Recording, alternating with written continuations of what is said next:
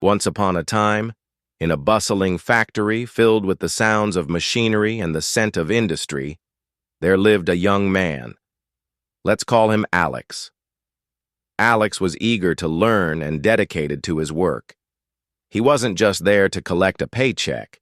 He wanted to master the craft, to understand every cog and gear, every process and procedure. He found a mentor in the factory, an old technician named Mr. Henderson. Mr. Henderson was a man of few words, but his wisdom was profound. Mr. Henderson took Alex under his wing, teaching him the ropes, sharing his knowledge, and guiding him on his path. He didn't just tell Alex what to do, he showed him how. More importantly, he instilled in Alex a strong work ethic and some key principles to guide his career. "Alex," Mr. Henderson would say, his voice raspy from years of breathing in factory air, "talk less, do more. Actions speak louder than words in this place. Let your work speak for itself." Alex took this advice to heart. He was always focused on the task at hand, diligently performing his duties, and constantly seeking ways to improve his skills. He was always eager to learn and absorbed everything Mr. Henderson taught him. He would meticulously study the machinery, the processes, and the flow of production. He spent his breaks and his evenings reading manuals and researching new techniques. Mr. Henderson also emphasized the importance of continuous learning.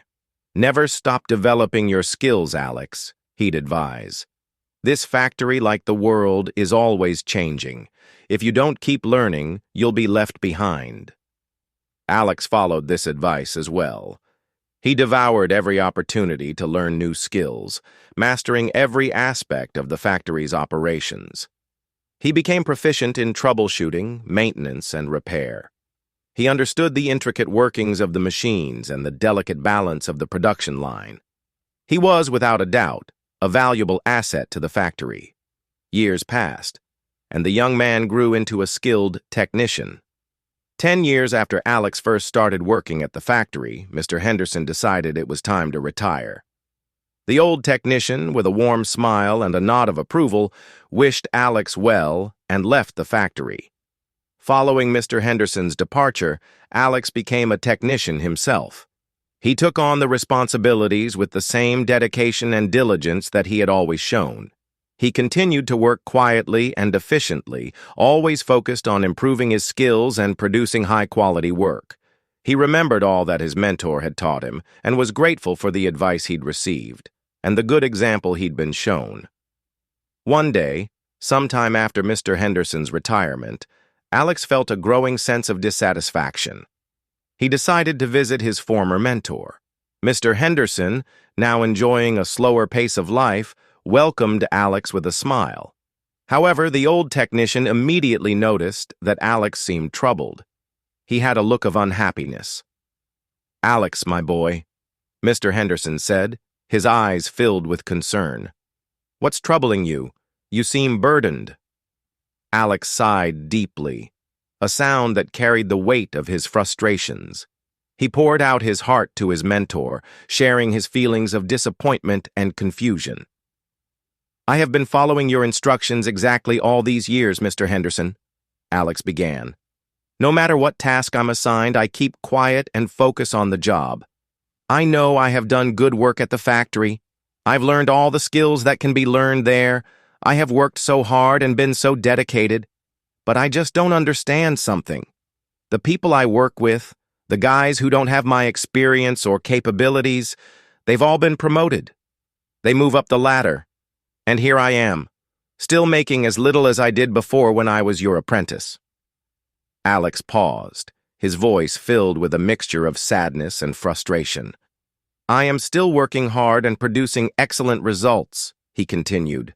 "I'm always the one people go to when there's a problem. I always get the job done, but I'm not getting any recognition for it. I feel overlooked. Is my work not good enough? What am I doing wrong?" Mr. Henderson listened intently, his expression thoughtful. He stroked his chin, considering Alex's words. After a moment of silence, he asked a question. "Alex, are you absolutely positive that you have become indispensable to the factory? Alex nodded emphatically, his confidence unwavering. Yes, Mr. Henderson, I am certain. I know the factory's systems inside and out.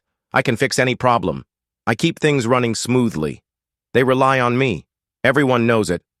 I'm the one everyone comes to when there's a problem. Mr. Henderson paced back and forth slowly, deep in thought. He walked with a slight limp, a reminder of his years in the factory. Finally, after a long while, he turned back to Alex, a knowing smile gracing his lips. Alex, my boy, I have an idea.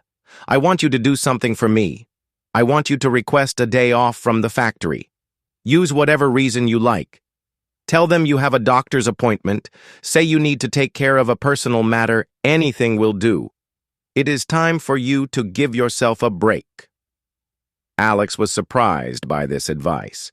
He had expected Mr. Henderson to offer words of encouragement or advice on how to improve his performance. Instead, he was being told to take a day off? This seemed counterintuitive to his ingrained work ethic. He was unsure, but he trusted Mr. Henderson implicitly. But the more Alex thought about it, the more it made sense. Perhaps this was the answer he was looking for, a way to make things happen. He thought about what Mr. Henderson had taught him over the years, and how the wise old man always seemed to know the right thing to do. Alex thanked his teacher for the unexpected advice. He left quickly, driven by a mixture of anticipation and curiosity. He went straight to the factory to submit a request for time off. When Alex returned to work after his day off, he was immediately called into the manager's office. He braced himself, unsure what to expect. The manager, looking harried and stressed, greeted him. Alex, the manager began, things did not go well at the factory while you were gone. We encountered many problems. Things broke down, production slowed. The other technicians struggled with issues that you usually handle. They didn't know how to solve them. We had to stop some production lines entirely. Alex listened with a sense of surprise, but also a small, secret feeling of satisfaction. We realized, Alex, how important you are to this operation, the manager continued. Your skills and knowledge are crucial to the smooth running of the factory. We really missed you. The manager then announced a decision. To thank you and to encourage you to keep up the good work, we have decided to promote you to the position of senior technician. You deserve it. Alex was overjoyed and relieved. He was grateful for Mr. Henderson's wisdom. He had finally gotten the recognition he deserved. Surely, he thought, this was the secret to success, the key that Mr. Henderson had been hinting at all along. From that point on, whenever Alex felt that he deserved more recognition or felt that he wasn't being valued enough, he would take a day off. He'd make the request, cite some personal business, and then spend the day relaxing or pursuing his hobbies. Whenever he returned the next day, the situation would improve to his satisfaction. The manager seemed to miss him, and they always told him how valuable he was to the team. The situation would, without fail, improve. This pattern continued for months. Alex was promoted again and again and started to earn much more money. He felt successful and vindicated. He was able to command respect, and he was able to prove his value. He was happy, but he started to take it all for granted. Then, one day, disaster struck. Alex arrived at the factory ready for another day of work, but he was stopped at the entrance. The security guard informed him that he was blocked from entering. There's been a change, Alex, the guard said, his voice sympathetic but firm. You are no longer employed here. Your employment has been terminated. Alex was shocked. He could not believe it. After all he had done, all the work he had put in, all the days off he had taken, he was being fired. He felt a wave of disbelief, anger, and humiliation wash over him. Not knowing what else to do, he went back to see his mentor, Mr. Henderson, to try to understand what had gone so wrong. He needed to know why. He had followed Mr. Henderson's advice, hadn't he? Hadn't he done everything that had been asked of him? He found Mr. Henderson sitting in his usual chair, He looked up and saw the worried and confused look on Alex's face.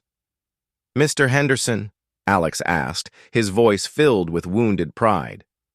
"Why? Why did I lose my job? Did I not do everything as you instructed? Did I not follow your guidance?" Mr. Henderson listened patiently, his expression thoughtful. He shook his head gently. "Actually, Alex, you did not. Not entirely," Mr. Henderson said. "You heard only half the lesson." Alex was confused. "Half the lesson? But I thought—" "You understood right away that no one pays any attention to a light bulb that is always on," Mr. Henderson explained.